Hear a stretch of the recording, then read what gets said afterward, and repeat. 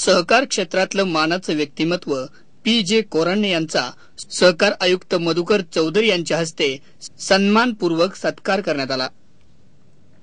जवळपास 70 बँकांशी संबंधित कार्य केलेले आणि ग्रामीण भागाशी जवळीक साधून आयुष्याचा बराच काळ सहकार क्षेत्रातून सेवा केलेले पी.जे. कोराणे हे एक शिस्तबद्ध आणि कामाप्रती समर्पण भावना असणारे अधिकारी म्हणून परिचित आहेत, असं मत या कार्यक्रमादरम्यान सहकारी श्री पंडित यांनी मांडलं। चांगल्या प्रकारे पुढे गेली आणि आज ती बँक महाराष्ट्रातल्या पहिल्या 2-4 बँकांमध्ये आणि भारतातल्या 2-4 बँकांमध्ये तिचा समावेश होतो। तिसरी गोष्ट म्हणजे अशी, इथे मगाशी उल्लेख झाला, आज जो हा कार्यक्रम केलेला आहे, या कार्यक्रमामध्ये एक महत्वाचा सहभाग हा यशवंतराव चव्हाण प्रतिष्ठानच्या ऍग्रीकल्चर अँड कोऑपरेटिव्ह फोरमच्या मंडळींनी केलं। त्याच्यामध्ये कोराणे साहेबांचा मोठा भाग आहे आणि साधारणपणे दर महिन्याला सहकार आणि कृषी या विषयावर लोकांना चांगल्या प्रकारचं मार्गदर्शन करून लोकांच्याकडून चांगलं काम करून घ्यावं, असं जे काही यशवंतराव त्यांची सुद्धा शताब्दी आहे म्हणून अत्यंत औचित्यपूर्ण आहे की यशवंतरावांच्या शताब्दी वर्षात आपण कोराणे साहेबांचा सत्कार करतो आहे, ही सुद्धा एक अत्यंत औचित्यपूर्ण अशी घटना आहे। तर त्या फोरम मध्ये सुद्धा कोराणे साहेबांनी जे मार्गदर्शन केलं ते उत्तम आहे।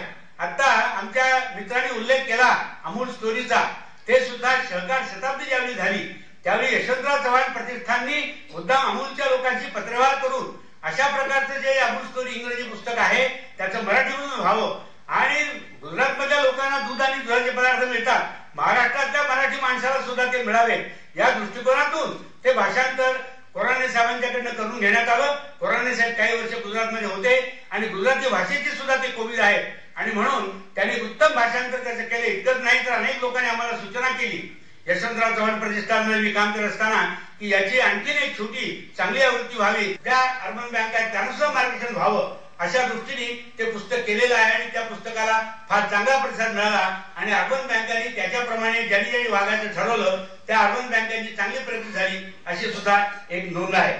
चौथी गोष्ट अशी की माणूस कितीही चांगला मोठा प्रशासकीय अधिकारी असला किंवा कितीही मोठमोठ्या संस्थांमध्ये त्यांनी चांगलं काम केलं असलं तरी आयुष्यामध्ये एका शब्दात आमच्या मित्राने वर्णन केलं की हा सत्कार त्यांच्या चारित्र्याचा आहे। त्यांची जीवन सगळ्यांना कुठलाही महत्वाचं काम असेल त्यांनी जवळून पाहिलेलं आहे की महत्वाच्या टपाला काय असेल तर कोराणे साहेबांना पहिल्यांदा निमंत्रण द्यायचं आणि ते आम्हाला कळायचं आणि मग आम्ही त्या पद्धतीने पुढे त्या गोष्टीची कशी चालना त्याला द्यायची आणि सहकार कसा पुढे जाईल हे बघायचं, हे कोराणे साहेबांनी बघितलेलं आहे। कुटुंबातल्या मंडळींशी सुद्धा माझा जवळचा संबंध आला आणि त्या सगळ्यांच्या मध्ये अभयम सत्व संशुद्धी ध्यान योग व्यवस्थिती दानं दमश्च कर्मश्च स्वाध्याय तपार्जवम। आंध्र प्रदेश, बिहार, नागपूर, रायगड या भागात काम करून विकासाची परिसीमा गाठली होती।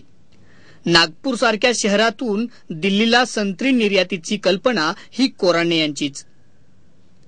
भूविकास बँकेचे संस्थापक म्हणून सक्षमपणे कार्य करणारे कोराणे अनेक नामांकित ठिकाणी अध्यक्ष म्हणून बराच काळ यशस्वी कार्य करत राहिले। या कालावधीत काही तत्पूर्वीच्या माझ्या सेवेमध्ये अनेक घटना घडल्या, अनेक प्रसंग घडले, अनेक कामं मला उरकावी लागली। या सर्वांची आठवण ठेवणं कठीण आहे। सध्या जीवनाचा वेग इतका जोराचा आहे आणि त्यातील स्पर्धा घटनांची आठवण ठेवणं सुद्धा कठीण होऊ लागलेलं आहे। अशा परिस्थितीत 25 वर्ष आणि त्याच्या पूर्वीची काही एकंदर वर्ष 30-32 वर्ष मी सेवेत होतो, याबाबतच्या आठवणी ठेवणं मनात, त्या सामाजिक दृष्टिकोनातून त्यांचं संकलन करणं आणि अशा समारंभाच्या मार्फत त्या सभासदांपुढे ठेवणं ही एक फार जिकिरीची बाब आहे, कष्टाची बाब आहे। परंतु याला मूर्त स्वरूप माझे मित्र श्री वर्तक आणि श्री जयराम देसाई यांनी दिलं, याबद्दल त्यांचं किती कौतुक करावं ते कमीच आहे। मी त्यांचा अत्यंत कृतज्ञतापूर्वक आभारी आहे। सहकारी चळवळीमध्ये किंवा सहकारी क्षेत्रामध्ये नव्हती. परंतु या अपघाताने मी म्हणालो मी या सहकारामध्ये शिरलो, त्याचं उदाहरण असं की मी एमकॉमचा अभ्यास करत असताना 1951-52 साली सिडनेम कॉलेजच्या ग्रंथालयाला आणि मणिलाल नानावटी यांचं इंडिया रुरल प्रॉब्लेम हे ते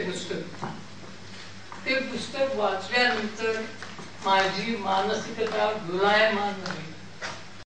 त्या पुस्तकामध्ये तत्कालीन म्हणजे जवळजवळ आता 60-70 वर्षापूर्वीच्या भारतामध्ये ग्रामीण भागाचं अत्यंत पारदर्शक असं चित्रण करण्यात आलेलं आहे.